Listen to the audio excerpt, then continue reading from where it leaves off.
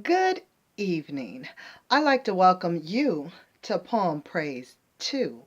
We are going to get right back into the Black Woman's Guide to Understanding the Black Man. And certainly, peace and blessings be upon you and your family this evening. Now let's go ahead and get right back into the book. We have completed this much. I only have this much to go. You ready? For take 60? Because it goes like this. They fill the emergency rooms with bullets in the foot, the legs, the thighs, and the hands. Any value they have for life as a heart-beating, blood-circulating organism is remote and instantly forgotten under the frailest of situations with the brother man. They persist in killing each other. They drink alcohol and take drugs to give them a chance to behave or talk in a certain way. Give them courage to do certain things and maybe even claim the next day that they don't remember it. Alcohol makes them more impatient with each other and any outsiders they may encounter. If they use drugs, they inspire them the same way. Much has been studied about why they sell drugs to members of their own neighborhoods, to women, men, and children. Some reports say they do it for the money because they aren't qualified to get a real paying job, or that no jobs are available, or they need money to feed their poor families at home. Certainly, these aspects deserve consideration, but psychologically, the main reason they sell drugs is, and I have, 8 different points, and they go as such.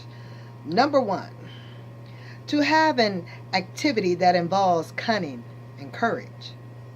2, for the respect and attention it gets them in the hood. 3, for the satisfying feeling of being in charge of something. 4, being able to be in powerful position, give instructions, or punish. 5, to be over the people, receive favors. 6, to belong.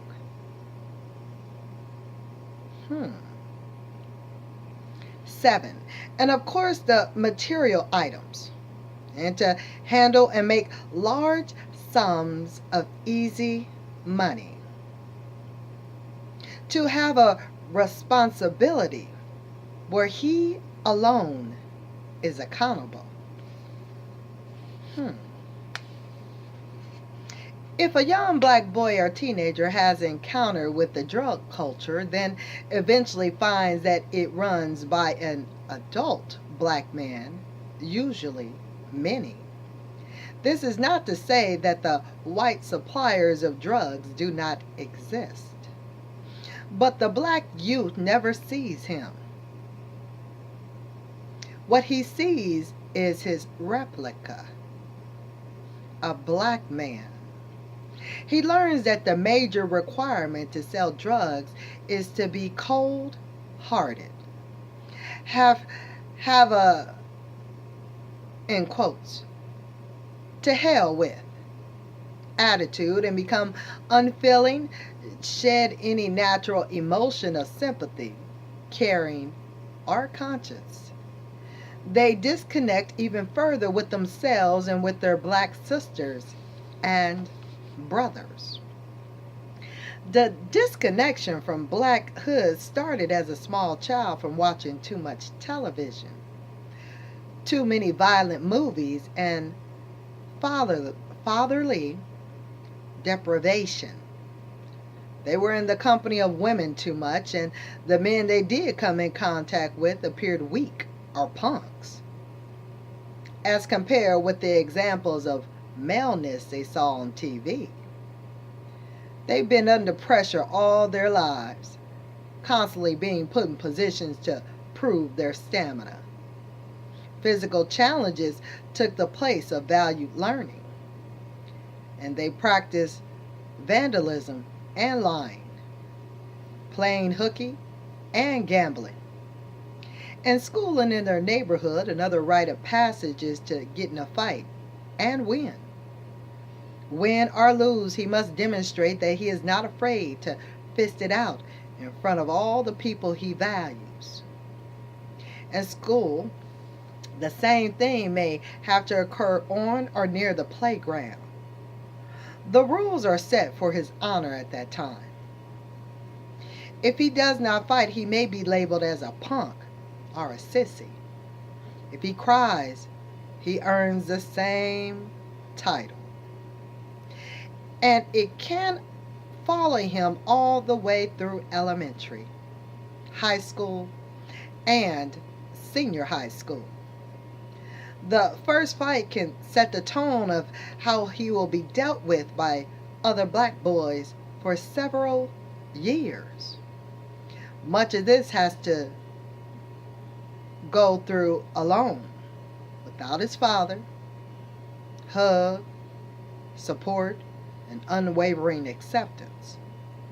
He grew without experiencing admiration for a regular black man.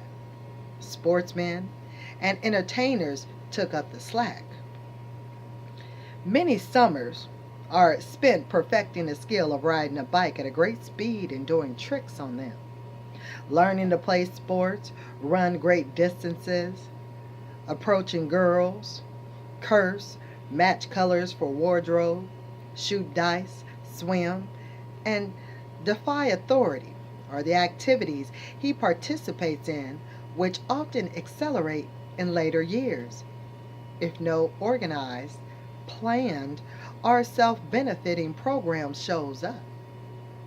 This lifestyle can also cause him to be in places that cause him to lose his life.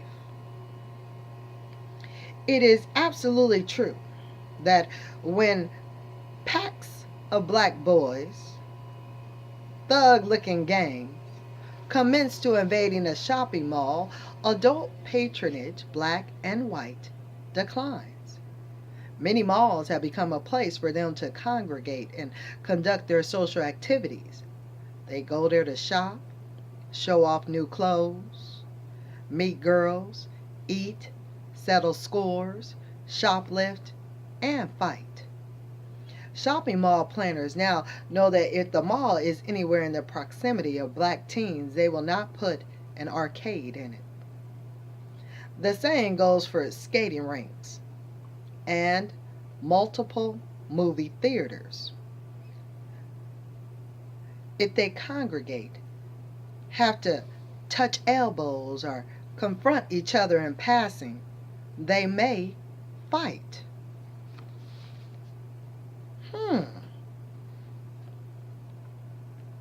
Purchasing in shopping malls is expensive because of the high cost of rental for every square foot utilized by shop owners. But black teens go there because of the colors, sounds, activities, crowds, and excitement. Most of their enjoyment is visible, only eyesight required. Other than shopping malls, they frequent amusement parks and movies. Unfortunately, they have few other nice, brightly lit places to go to socialize. Excuse me. They make their dates there, exchange phone numbers, eat, are loud, unruly, and boisterous. They are easily riled and take up more space than they spend money. Their presence, whether threatening or innocent, is what forces adult shoppers to seek other malls outside of downtown or inner city areas. They say they do not feel safe. Some work, some do not. But seemingly, they often have amazing sums of money to spend on entertainment and related activities. They keep many shop owners happy because if they like a particular item and several of them purchase it, it may possibly become a fad at their school. If and when this happens, shop owners stand to make a great deal of money servicing the teen buyers on several high schools representing thousands of students who all desire to own and wear the in item. For this reason, they are probably tolerated in the way they are. It is a very natural act to them to buy everything they own from white or Korean-owned store establishments.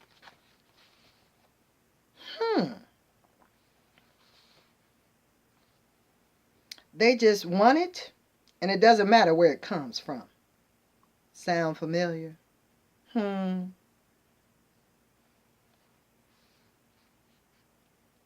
The word rap is derived from the word rapport. To be in agreement with, and from the Irish language, where rap means practically worthless, their rap music is like a new foreign language, a form of communication that only they understand. It has a different cadence. It's speeded up and thunders and crackles. Rap music is consistent with their impatience and lack of training and creativity. They make up banging and clanging words to match the sound for tunes of their fathers. They are poets in the rawest sense of the rhyme. While it sounds like gobbledygook to adults, the black boys understand every word, and while most of them can't recite their name, address, zip code, date of birth, and social security number in rapid succession, they can talk the words to the most confusing beat of a rap record. The topics of their rap music range from comedy to violence to abrasive references to sex. Their use of previously considered filthy language is compatible with their untrained and untaught brains.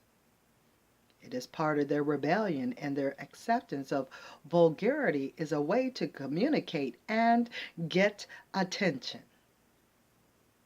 When informed that they have just rearranged the music of the 60s or the 70s, they become angered and deny any real connection to another black man's creation.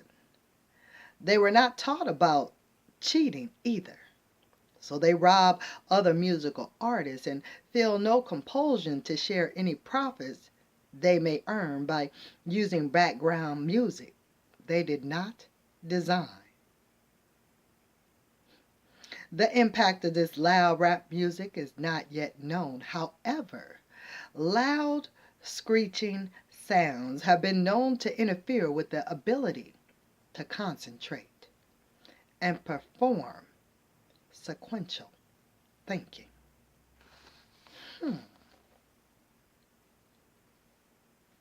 And I'm going to actually end take 60 right there on Poem Praise 2. So the next take I'll have with you on my channel is going to be take 61 and the Black Woman's Guide to Understanding the Black Man. So certainly like, share, comment, and we'll be reading some more real soon. So until then, peace be upon you once again this evening, you and your family. From me to you on Poem Praise 2. All right. Be blessed. Talk with you later and soon. Okay? All right now.